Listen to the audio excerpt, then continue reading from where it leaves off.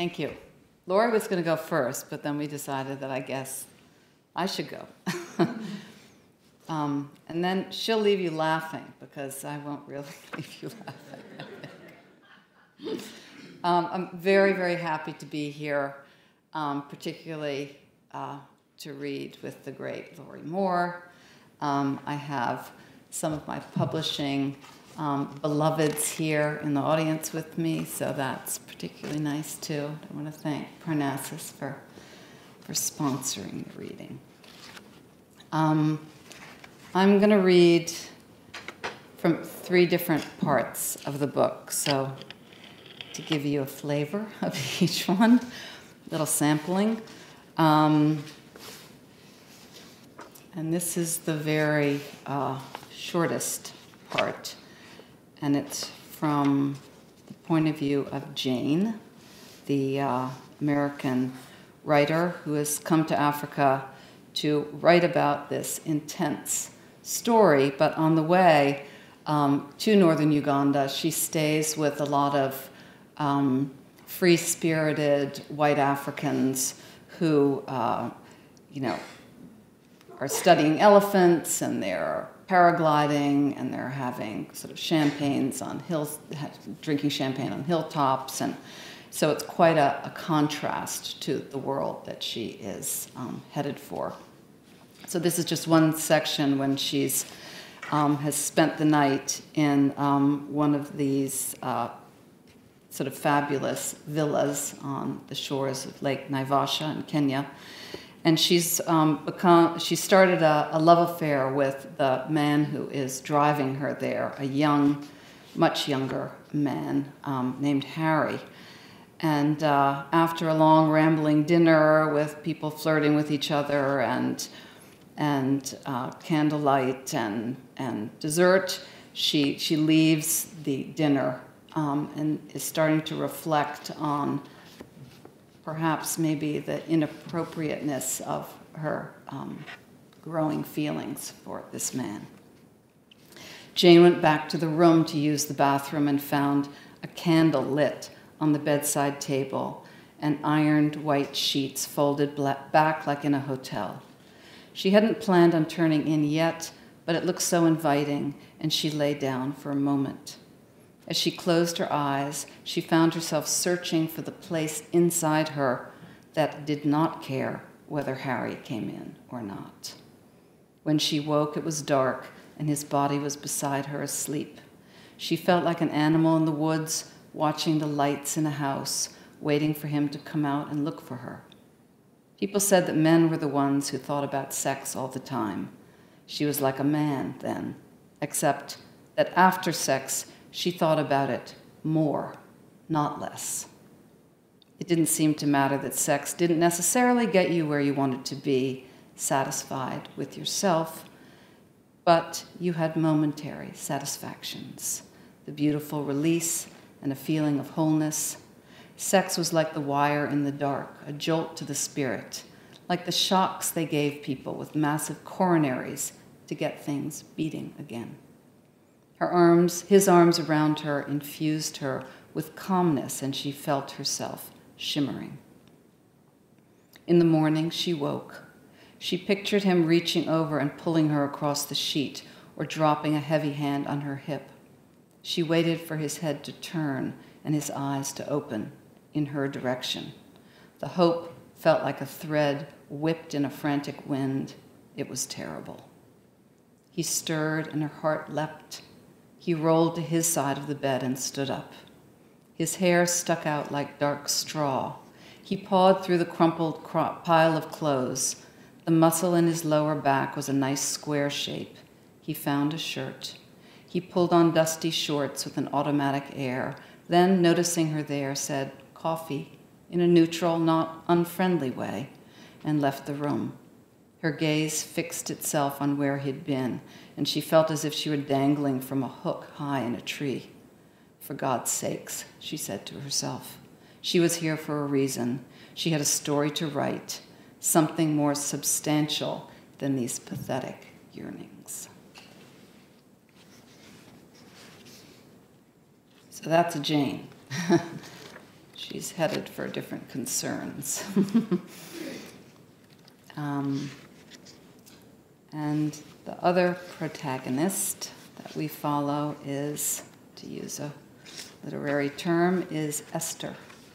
And Esther is a nearly 16-year-old Ugandan girl who, at the beginning of the book, is in a rehabilitation center because she has spent a year and a half with rebels in the north, and she is trying to see if, or she's struggling to cope with the life that she's lived. Since my return, I meet with new challenges of the mind.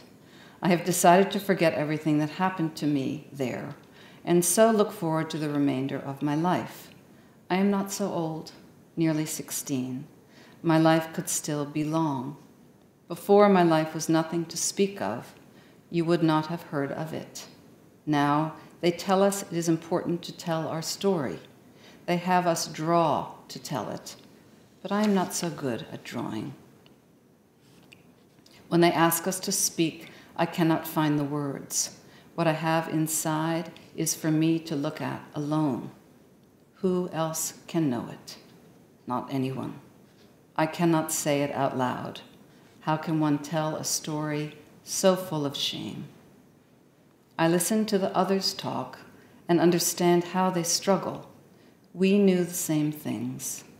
I stay apart to make peace with it inside myself, if I am able. With the rebels, I learned that inside is where it most matters in any case. I am one of the abducted children. Did I tell you my name? I am Esther Akello. I have been back about 2 weeks. The days are strange. I am not used to the peace. I am not used to waking without someone hitting my feet. The first week I slept a great deal and woke with swollen eyes, which in the mirror had dark hoops under them. There is a heaviness in me where gladness does not reach. I know there should be gladness that I have returned. I am free, but gladness does not come to me. The boys nearby finish their drawings and get up and kick around a ball on a dusty field. Boys forever like to play with balls. This is better than hitting each other. I see Simon running with his bad leg. Charles claps his hands, getting them to go faster. Here at Kiryandongo, they always want you to join in. They say, "Come on, Esther. I know you can run. Come on, get up off your seat." I prefer to sit. When the ants come, I brush them away. If they keep coming back to me, I pinch them between my fingers. Maybe I will get up when I am ready. Maybe I will not. I hate everyone.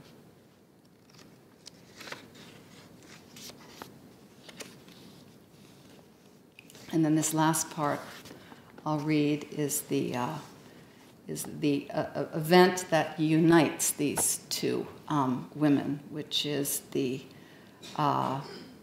story of Esther's capture.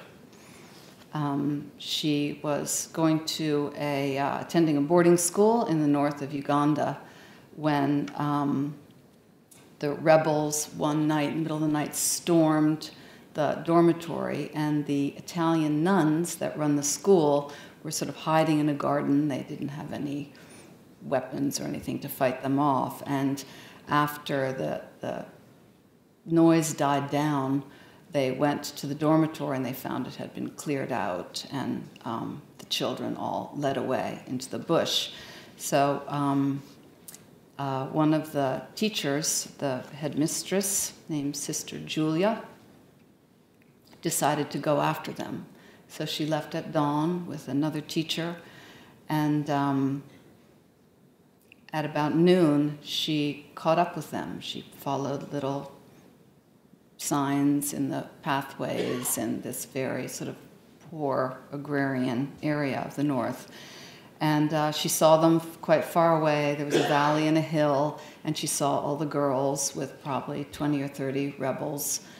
And she approached them, and the commander there took a rosary bead out of his pocket, and he said, "Come and pray with me."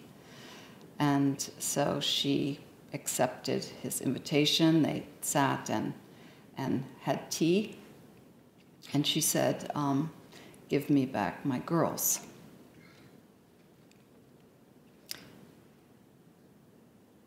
"I ask you again," she said, "will you give me back my girls?" She didn't phrase it as a question. He smiled. "Do not worry. I am Mariana Laguirre." He put down his mug. "Now you go wash." Another girl appeared, this one a little younger, about 20, with bare feet and small pearl earrings. She silently led Sister Julia behind the hut to a basin of water and a plastic shower bag hanging from a tree. She must have been another wife. Sister Julia washed her hands and face. She washed her feet and cleaned the blisters she'd gotten from her wet sneakers. She returned to Mariano. This rebel commander was now Mariano to her, as if a friend. He still sat on his stool, holding a stick and scratching it in the dirt by his feet. She glanced toward the girls and saw that some of them had moved to a separate place to the side. Mariano didn't look up when he spoke. "There are 139 girls," he said, and traced the number in the dirt. That many, she thought, saying nothing. More than half the school. "I give you," he wrote the number by his boot as he said, 109, "and I," he scratched another number, "keep 30. Sister Julia looked toward the girls with alarm. There was a large group on the left and a smaller group on the right. While she was washing, they had been divided. She knelt down in front of Mariano. "No," she said, "they are my girls. Let them go and keep me instead. Only Coney decides these things." "Then let me speak with Coney." No one ever saw Coney. He was hidden over the border in Sudan. Maybe the government troops couldn't reach him there. Maybe, as some thought, President Museveni did not try so hard to find him. The North was not such a priority for Museveni, and neither was the LRA. There were government troops, yes, but the LRA was not so important. "Let the girls go and take me to Coney." "You can ask him," he said, and shrugged. Did he mean it? "You can write him a note." Captain Laguirre called, and a woman with a white shirt and ragged belt was sent to another hut to return eventually with a pencil and piece of paper. Sister Julia leaned the paper on her knee and wrote, "Dear Mr. Coney, please be so kind as to allow Captain Mariano Laguirre to release the girls of Aboke. Yours in God, Sister Julia D. Angelis." As she wrote each letter, she felt her heart sink down. Coney would never see this note. "You will go write the names of the girls there," he said. She looked at the smaller group of girls sitting in feathery shadows. "Please, Mariano," she said softly. "You do like this, or you will have none of the girls," said Captain Mariano Laguirre. She left him and went over to the girls sitting on the hard ground. She held the pencil and paper limply in her hand. The girls looked at her, each with meaning in her eyes. She bent down to speak. "Girls, be good," but she couldn't finish her sentence. The girls started to cry. They understood everything. An order was shouted, and suddenly some rebels standing nearby were grabbing branches and hitting at the girls. One jumped on the back of Louise. She saw them slap Janet. Then the girls became quiet. Sister Julia didn't know what to do. Then it seemed as if they were all talking to her at once, in low voices, whispering. No, not all. Some were just looking at her. "Please," they were saying, "Sister, take me." Jessica said, "I have been hurt." Another, "My 2 sisters died in a car accident, and my mother is sick." Charlotte said, "Sister, I have asthma." "Sister, I am in my period." Sister Julia looked back at the captain standing with his arms crossed. He was shaking his head. She said she was supposed to write their names, but she was unable. Louise, the captain of the football team, took the pencil from her and the paper and started to write. Akello, Esther, Ochiti, Agnes, Judith, Helen, Janet, Lily, Jessica, Charlotte, Louise, Jacqueline. Sister Julia returned to the commander. Did I mistreat you, sister? No, sir. Did I mistreat the girls? No, sir. So next time I come to the school, do not run away, the captain laughed. Would the sister like more tea and biscuits? No, thank you. They bade each other goodbye, as if they were now old friends. You may greet them before you leave, he said. Sister Julia once again went over to the 30 girls, her 30 girls who would not be coming with her. She gave her rosary to Judith and said, look after them. She handed Jessica her own sweater out of the backpack. When we go, you must not look at us, she said. No, sister, we won't. Sister Julia turned to leave. Helen called after her, Sister, you are coming back for us? Sister Julia left with the large group of girls. They walked away into the new freedom of the same low trees and scruffy grasses, which now had a new appearance, and left the 30 others behind. Some girls walked beside her and held her hand for a while. They bowed their heads when she passed near them. Arriving at a road, they turned onto it. The rebels stayed off the roads. It grew dark and they kept walking. Then they came to a village that was familiar to some of them and stopped at 2 houses to spend the night. There were more than 50 girls to each house, so many lay outside, sleeping close in one another's arms. Sister Julia felt she was awake all night, but then somehow her eyes were opening, and it was dawn. At 5 a.m., they fetched water and continued footing at home. As the birds started up, they saw they were close to the school and found that word had been sent ahead, and in little areas passed people who clapped as they went by. Sister Julia understood their happiness in the welcome, but inside her was distress. They came finally to their own road and at last to the school drive. Across the field, she caught sight of the crowd of people near the gate. The parents were all there waiting. She saw the chapel blackened behind the purple bougainvillea, but the tower above still standing.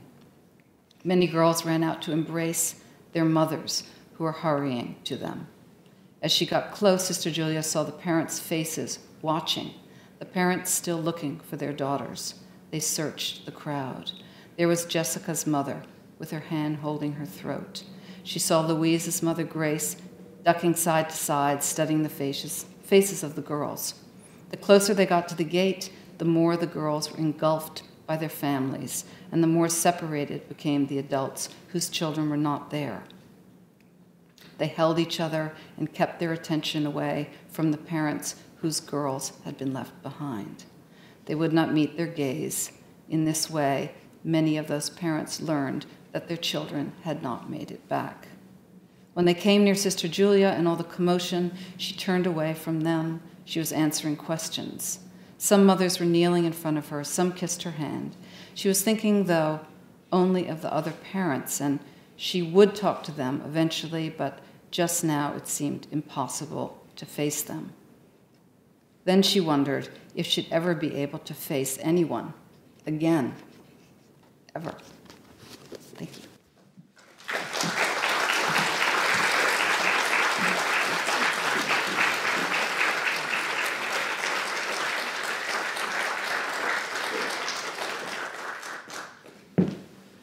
Well, only a fool would get up and read something after that, but here I am. That was really beautiful and heartbreaking, Susan. So, here's your little after-dinner mint.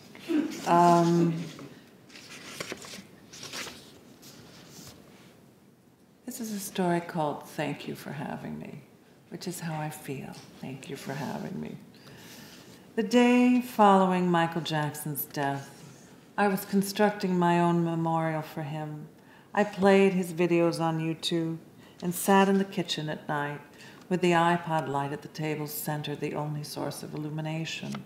I listened to Man in the Mirror and Ben, my favorite, even if it was about a killer rat. I tried not to think about it being about a rat, as it was also the name of an old beau who had emailed me from Istanbul upon hearing of Jackson's death. Apparently, there was no one in Turkey to talk about it with. When I heard the news of Jackson's death, I thought of you, the ex-beau had written, and the sweet, loose-limbed dance you used to do to one of his up-tempo numbers. I tried to think positively. Well, I said, at least Whitney Houston didn't die. Every minute that ticked by in life contained very little information until suddenly it contained too much. Mom, what are you doing? Asked my 15-year-old daughter, Nikki. You look like a crazy lady sitting in the kitchen like this. I'm just listening to some music. But like this? I didn't want to disturb you, I said. You are so totally disturbing me, she said. Nikki had lately announced a desire to have her own reality show so that the world could see what she had to put up with. I pulled out the earbuds. What are you wearing tomorrow? I asked. Whatever, I mean, she said. Does it matter? No, not really. Nikki sauntered out of the room. Of course, it did not matter what young people wore. They were already amazing looking without really knowing it, which was also part of their beauty. I was going to be Nikki's date at the wedding of Maria, her former babysitter, and Nikki was going to be mine. The person who needed to be careful what she wore was me. It was a wedding in the country, a half-hour drive, and we arrived on time, but somehow we seemed the last ones there. Guests milled about semi-purposefully. Maria, an attractive, restless Brazilian, was marrying a local farm boy for the second time, a second farm boy on a second farm.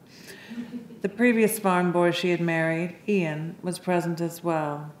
He had been hired to play music, and the guests floated by with their plastic cups of wine. Ian sat there playing a slow, melancholic version of I Want You Back. Except he didn't seem to want her back. He was smiling and nodding at everyone and seemed happy to be part of this send-off. He was the entertainment. He wore a T-shirt that said, "Thank you for having me."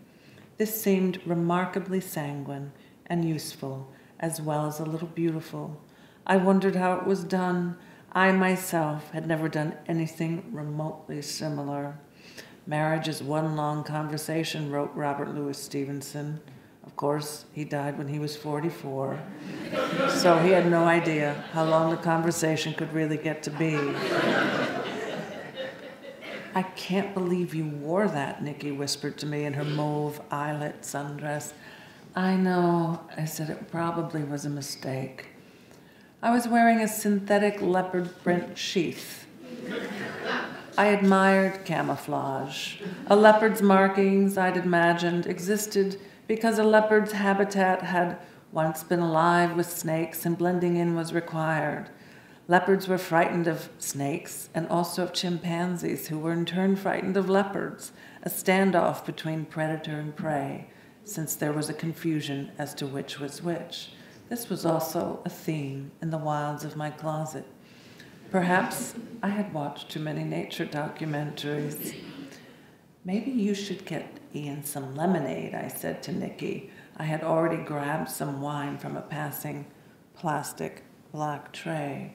Yes, maybe I could, she said, and loped across the yard. I watched her broad tan back and her confident gait. She was a gorgeous giantess. I was in awe to have such a daughter, also in fear, as in fearful for my life. It's good you and Maria have stayed friends, I said to Ian. Ian's father, who had one of those embarrassing father-in-law crushes on his son's departing wife, was not taking it so well. One could see him misty-eyed, treading the edge of the property with some iced gin, keeping his eye out for Maria, waiting for her to come out of the house, waiting for an opening when she might be free of others so he could rush up and embrace her. Yes, Ian smiled, Ian sighed, and for a fleeting moment, everything felt completely fucked up. And then everything righted itself again. It felt important spiritually to go to weddings, to give balance to the wakes and memorial services. People shouldn't have been set in motion on this planet only to grieve losses. And without weddings, there were only funerals. I had seen a soccer mom become a rhododendron with a plaque next to the soccer field parking lot, as if it had been watching all those matches that had killed her. I had seen a brilliant young student become a creative writing contest. I have to adjust my glasses here, excuse me. As if it were all that writing that had been the thing to do him in. And I had seen a public defender become a justice fund, as if one paid for fairness with one's very life. I had seen a dozen people become hunks of rock, with their names engraved so shockingly perfectly upon the surface it looked as if they had indeed turned to stone, been given a new life the way the moon is given it, through some lighting tricks and a face-like font. I had turned 100 Rolodex cards around to their blank sides. So let a babysitter become a bride again. Let her marry over and over. So much urgent and lifelike love went rumbling around underground and died there, never got expressed at all. So let some errant, inconvenient attraction have its way. There was so little time. There are a bazillion Brazilians here, said Nikki, arriving with 2 lemonades. What did you expect? I took one of the lemonades for Ian and put my arm around her. She was silent for a while. Do you ever think of Dad? Dad who? I asked. Come on. You mean Dad E? The weekend her father left the house, the town, the country, everything, packing so lightly I believed he would come back. He had said, you can raise Nikki by yourself, you'll be good at it. And I had said, are you on crack? And he had replied, continuing to fold a blue twill jacket, yes, a little. Dadder as in batter, Nikki said now. She sometimes claimed to friends that her father had died. And when she was asked how, she would gaze bereavedly off into the distance and say, a really, really serious game of hangman.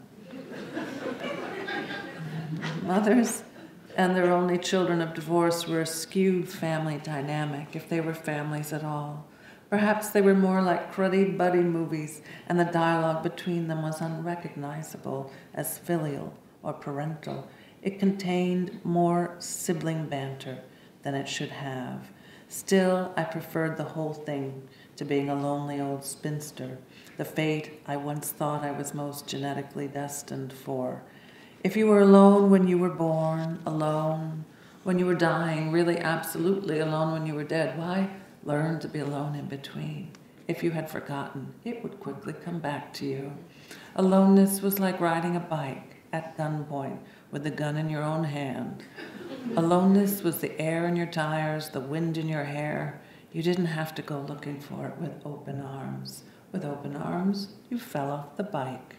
I was drinking my wine too quickly. Maria came out of the house in her beautiful shoulderless wedding gown, which was white as could be. What a fantastic costume, said Nikki archly. I can't believe Maria's wearing white, said Nikki. I shrugged. What color should she wear? Gray, Nikki said immediately, to acknowledge having a brain, a little gray matter. Actually, I saw something on PBS recently that said only the outer bark of the brain, and it does look like bark, is gray. Apparently, the other half of the brain has a lot of white matter for connectivity. Nikki snorted, as she often did when I uttered the letters PBS. Then she should wear gray in acknowledgement of having half a brain. I nodded. I get your point, I said. Yes, we're eating canapes on paper plates and having their pictures taken with the bride, not so much with Maria's new groom, a boy named Hank, which was short not for Henry, but for Johannes, and who was not wearing sunglasses like everyone else, but sort of squinting at Maria in pride and disbelief. Hank was also a musician, though he mostly repaired banjos and guitars, restrung and varnished them, and that was how he, Maria, and Ian had all met. Now the air was filled with the old silver jewelry smell of oncoming rain. I edged toward Ian, who was looking for the next song, idly strumming, trying not to watch his father, I, Maria. Ian smiled and began to sing, I Will Always Love You, sounding oddly like Bob Dylan, but without the sneer. You are a saint, I said when he finished. He was a sweet boy, and when Nicky was little, he often came over and played soccer in the yard with her and Maria. Oh, no, he said, I'm just a deposed king of corn. She bought the farm. I sold it to her, and then she flipped it and bought this one instead. He motioned toward the endless field beyond the tent where the corn was midget and standing in mud, June not having been hot enough to evaporate the puddles. The tomatoes and marijuana would not do well this year. Last night, said Ian, I had a dream I was in West Side Story and had forgotten all the words to I Like to Be in America. It doesn't take a genius to figure that one out. No, I said, I guess not. Jesus, what is my dad doing? Ian said, looking down and away. Ian's father was still prowling the perimeter, a little drunkenly, not taking his eyes off the bride. The older generation, I said, shaking my head as if it didn't include me. They can't take any change. There's too much missingness that has already accumulated. They can't take any more. Geez, Ian said, glancing up and over again, I wish my dad would just get over her. I swallowed more wine while holding Ian's lemonade. Over by the apple tree there were 3 squirrels. A threesome of squirrels looked ominous, like a plague. What other songs you got? I asked him. Nicky was off talking to Johannes Henk. I have to save a couple for the actual ceremony. There's going to be an actual ceremony, I asked. Sort of. Maybe not actual. They have things they want to recite to each other, he said. Oh, yes, that, I said. They're going to walk up together from this canopy toward the house, say whatever, and then people get to eat. Everyone had brought food, and it was spread out on a long table between the house and the barn. I had brought 2 large roaster chickens, cooked accidentally on clean, while I was listening to Michael Jackson on my iPod. Actually, the fact checker questioned me on that one, but I said I'd actually done it in real life, so it can be done. But the chickens had looked okay, I thought, hanging off the bone a little, but otherwise fine, even if not as fine as when they had started and had been Amish and air-chilled in a fortune. When I had bought them the day before at Whole Foods and gasped at the total on my receipt, the cashier had said, yes, some people know how to shop here and some people don't. 33, I said. Perhaps that's good luck. Yep, said the cashier. It's about as lucky as 2 dead birds get to be. Is there a priest or anything? I said, no. Will that marriage be legal? I asked Ian. Ian smiled and shrugged. They're going to say, you do, after the other one says, I do. Double indemnity. I put his lemonade down on a nearby table and gave him a soft chuck on the shoulder. We both looked across the yard at Hank, who was wearing a tie made of small yellow pop beads that formed themselves into the shape of an ear of corn. It had ingenuousness and tackiness both, like so much else created by people. That's a lot of dues. I know, but I'm not going to make a beeline for the jokes, he said. The jokes? Yeah, he said, the doozy one, the doo-doo one. I'm not going to make any of them. Why would you make jokes? It's not like you're the best man. Ian looked down and twisted his mouth a little. Oh, dear, you are, I said. I squinted at him. When young, I had practiced the upside-down wink of a bird.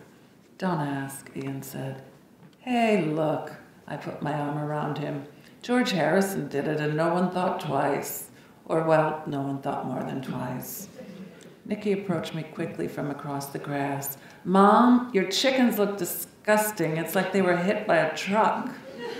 The wedding party had started to line up, except Ian, who had to play. They were going to get this ceremony over with quickly before the storm clouds to the west drifted near and made things worse. The bridesmaids began stepping first, a short trajectory from the canopy to the rose bushes where the I do's would be said. Ian played Here Comes the Bride. The bridesmaids were in pastels, one the light peach of baby aspirin, one the seafoam green of low-dose clonazepam, the other the pale daffodil of the next lowest dose of clonazepam. What a good idea to have the look of Big Pharma at your wedding. Why hadn't I thought of that? Why hadn't I thought of that until now? I take thee, dear Maria. They were uttering these promises themselves just as Ian said they would.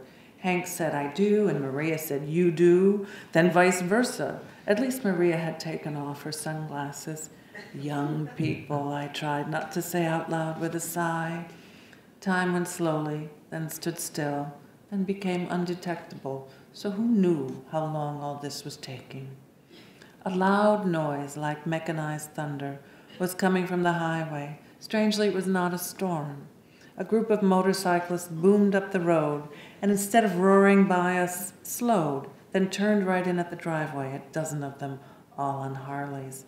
I didn't really know motorcycles, but I knew that every biker from Platteville to Manitowoc owned a Harley. That was just a regional fact. They switched off their engines. None of the riders wore a helmet. They wore bandanas, except for the leader who wore a football helmet with some plush puppy ears which had been snipped from some child's stuffed animals, then glued on either side. He took out a handgun and fired it 3 times into the air. Several guests screamed. I could make no sound at all. The biker with the gun and the puppy ears began to shout, I have a firearms license and those were blanks and this is self-defense because our group has an easement that extends just this far into the driveway. Also, we were abused as children and as adults, and moreover, we've been eating a hell of a lot of Twinkies. Also, we are actually very peaceful people. We just know that life can get quite startling in its switches of channels, that there is a river and sea figure of speech as well as a TV one, which is why, as life moves rudely past, you have to give it room. We understand that. An occasion like this means no more forks in the road. All mistakes are behind you. All mistakes are behind you, and that means it's no longer really possible to make another one, not a big one. You already done that. I need to speak first here to the bride. He looked around, but no one moved. He cleared his throat a little bit.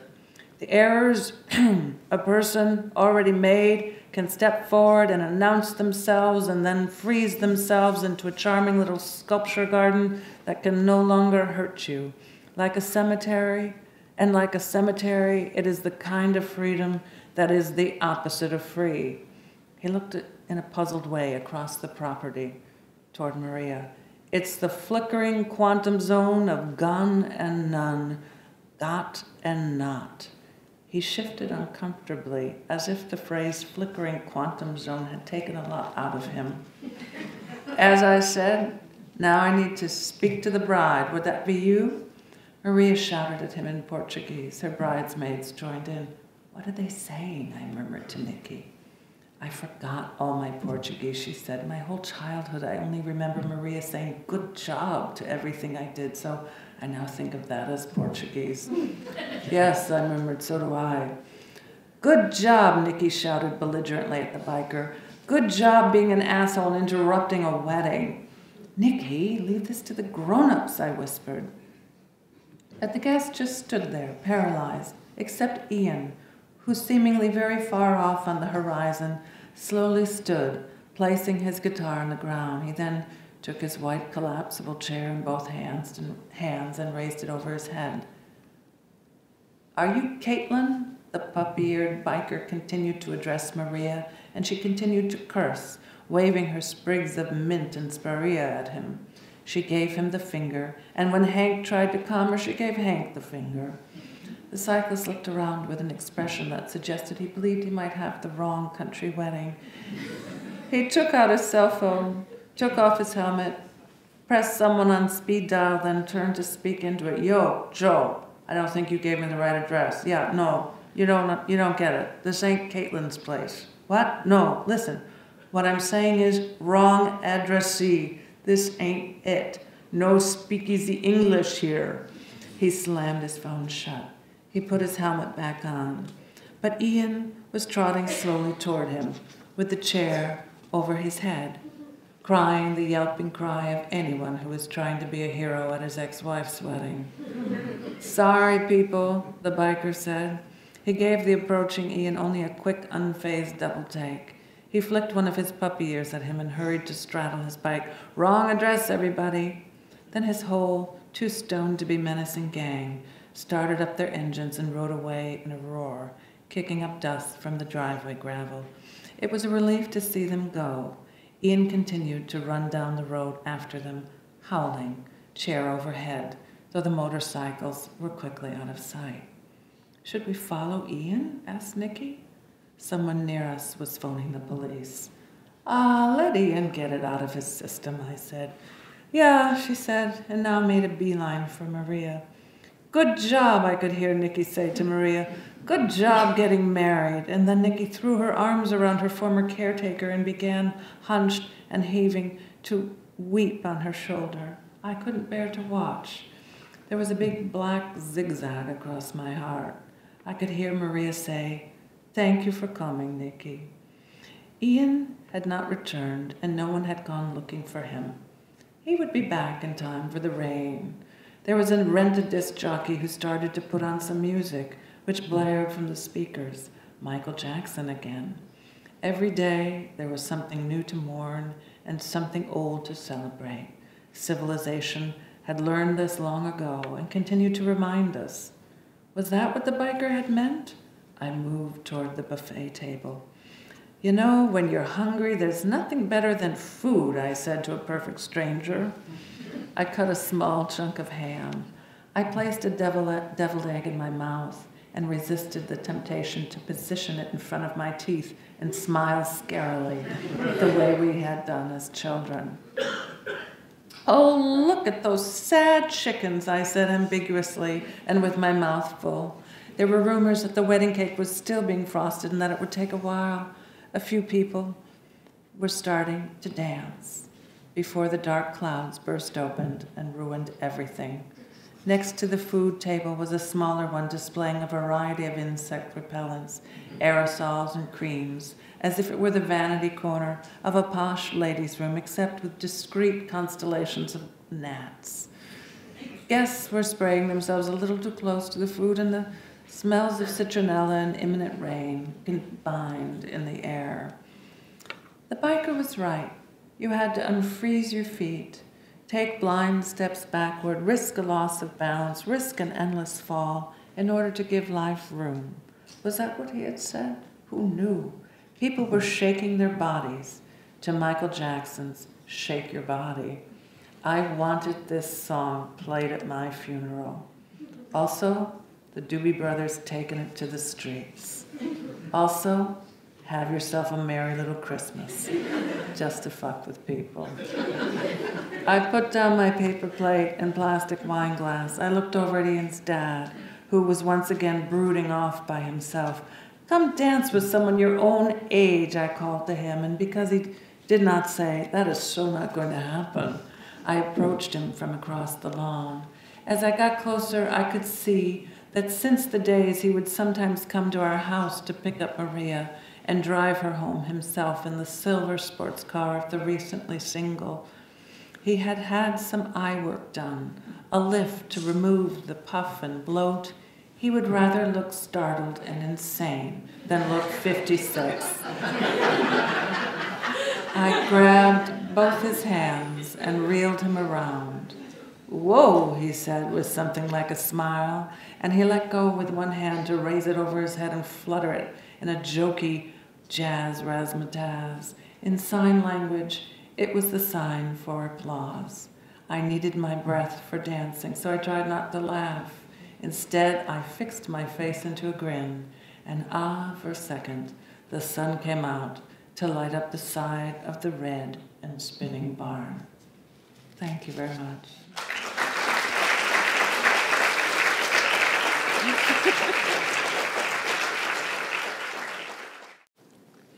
Your publishing people will get it started. Okay. Yeah. Yes. That's awesome. Try if you're in the world. This is a question for Susan, and one of the things that I just admire about fiction writing in general, and writing super approaches, is writing about worlds that are so foreign, right? Like really getting into these, these places that are unlike anything that we could experience. And so, one of the dangers of that is people attacking your legitimacy in doing that. And if you did have some sort of criticism like that, how you would approach it as a writer with apologetics for being, I don't know, like a bearer of truth or Well, I'm on book tour now, so I've been out with the book a bit. And I had one person asked me, not hostily, but she said, okay, so you've written about something that's very far from your experience, in the voice of someone who's not from your country or your race. And she said, a lot of people feel like that's not an appropriate thing to do. And I said, really? People think that? And then she said, well, what's your opinion? And I just said, I don't agree with them. I think it's very easy for us to see the differences between us, obviously. So that doesn't really need to be reinforced, I think. And, when writing this book, I was aware of not aware of it, it was for the probably first, it took 7 years to write this book. And I'd say for the first 5, I had to make that sort of daily hurdle to think, can I really pull this off? Or, mustn't I live in a place and know it really well for me to speak about the experience there? And I could have easily said, yes, I must, and chose something else to write about, but I was haunted by the story of these girls. And I think it's safe to say that they were, and we're talking about tens of thousands of children who were affected by this violence, not really in a position to tell their story. So I thought, okay, I do have some, skills at my disposal. So I think I can try to write about what it's like to be traumatized. That isn't something I need to go far to think about. And I certainly know what it's like to be a 15, 16-year-old girl. I don't have to go far for that. So I focused on what I had in common with this girl. And I think that's, not a bad thing to do for us to think about what we do have in common instead of how we're different.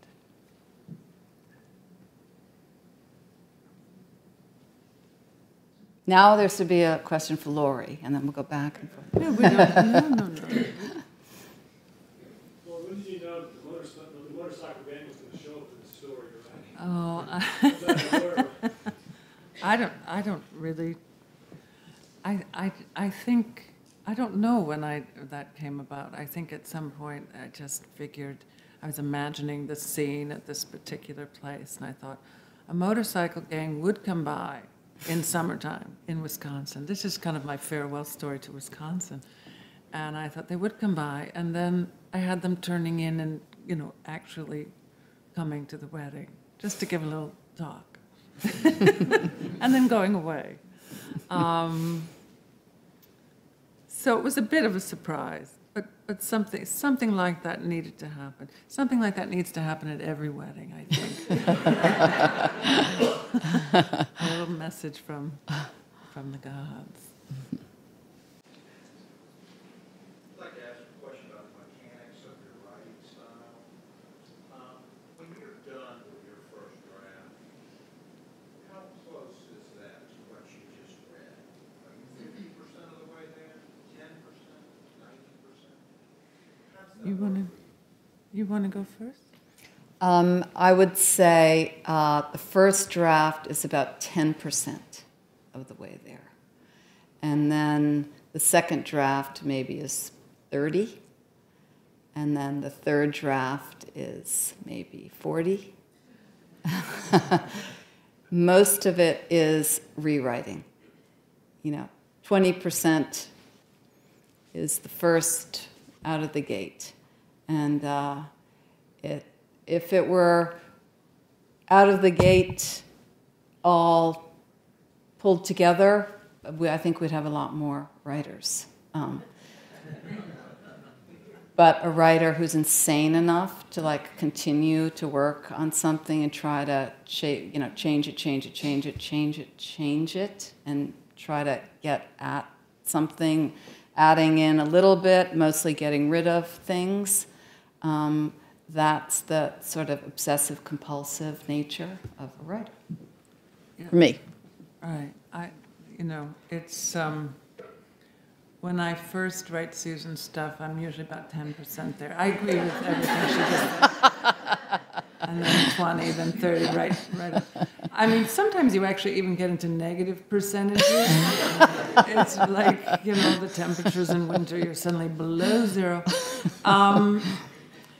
But the constant tinkering is really what writers do. I mean, there are times where you just forge ahead, but I don't really know what constitutes a first draft. You probably don't either, although you had elegant percentages there. I'm very impressed. People like numbers, know. How much of it is autobiographical? And you go, 17% on page 13. Right. That's... I'm going to knock this whole it's moving. Be careful, people, in the front row.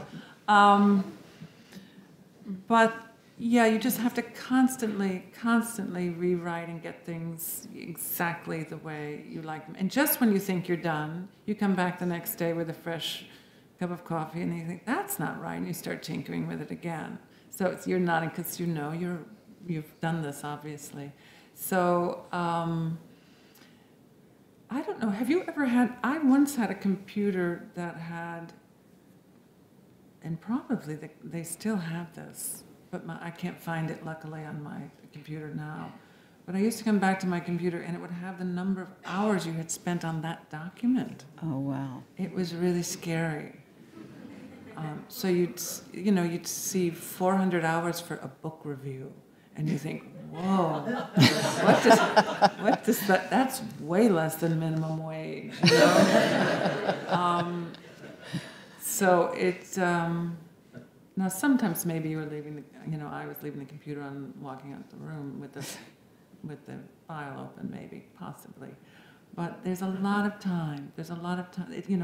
Every piece of a writer's writing is saturated with time and effort and tinkering and reworking. And sometimes you end up even restoring changes that you had taken out. That's what's a little scary. You go back to the original, but at least you've had the whole journey of writing something, changing it, and then coming back and saying, no, the first one was the way to go. But it's a lot of tinkering, and that's the fun part, the tinkering.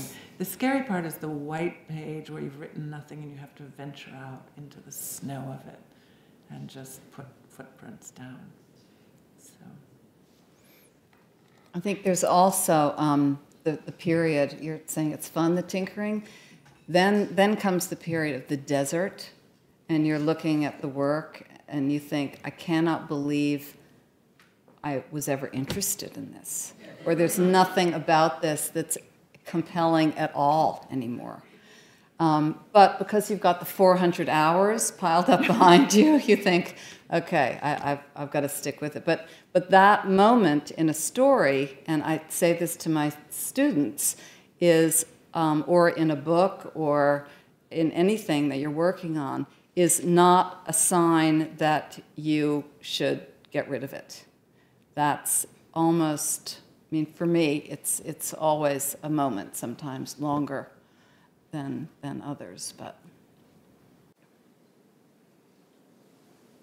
Lorrie, how much difference is it for you in writing a novel versus a short story? Well, it's very different, actually, and Susan can talk about this too. A novel takes years. It just takes years. And a story you hope will take weeks, and it probably takes months. The thing I like to say about a short story is you get to sort of collect people. It's like having visitors for 2 weeks. They're violating the 3-day fish rule because they're staying for a couple of weeks with you. But you have them for a while, and you're keeping company with a small group of people in a particular situation. And then once you're done, they're off your desk, and you never see them again. And you start over with a new group. You know, there's a certain amount of promiscuity in a way to it. You just say, okay, those people are out of here. Now I'm gonna have new guests, and I'm gonna have a different kind of, story and different characters. A novel you keep company with for a very, very long time, and you get very close to the characters in it, and you may feel even reluctant to part from them. Now, you write a novel because you need the larger canvas, and you may need it for reasons of, because it's in stereo. You may have several points of view. You may have a couple of different time places, or, the setting varies from section to section. You may need it for any number of reasons. Usually there's a passing of time, and time is both a subject and a medium in the novel. Whereas in a short story, you just have a more focused sense of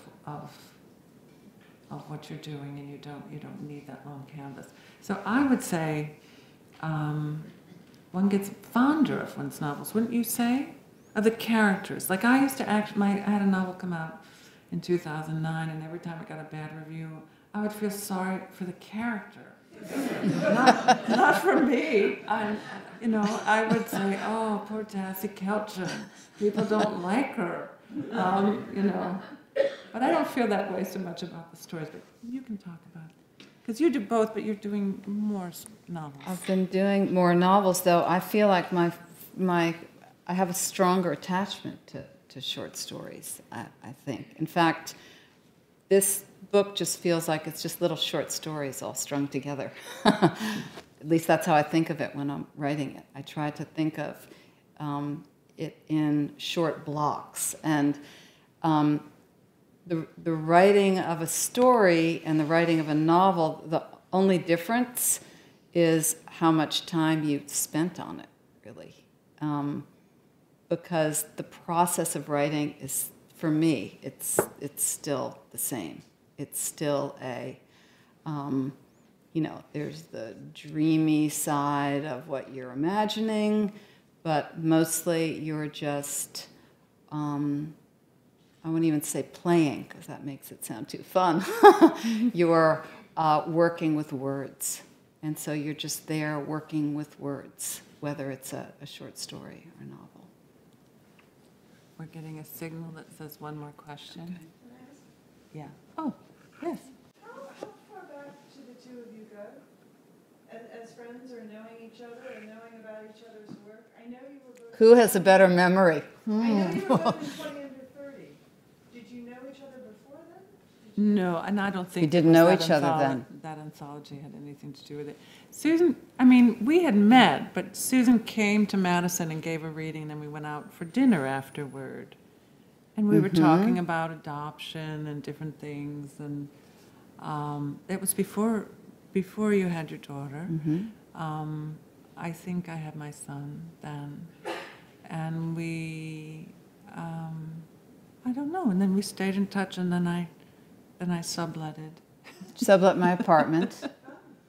So she moved right into my life. So I got to go through all of her drawers and things. I let her.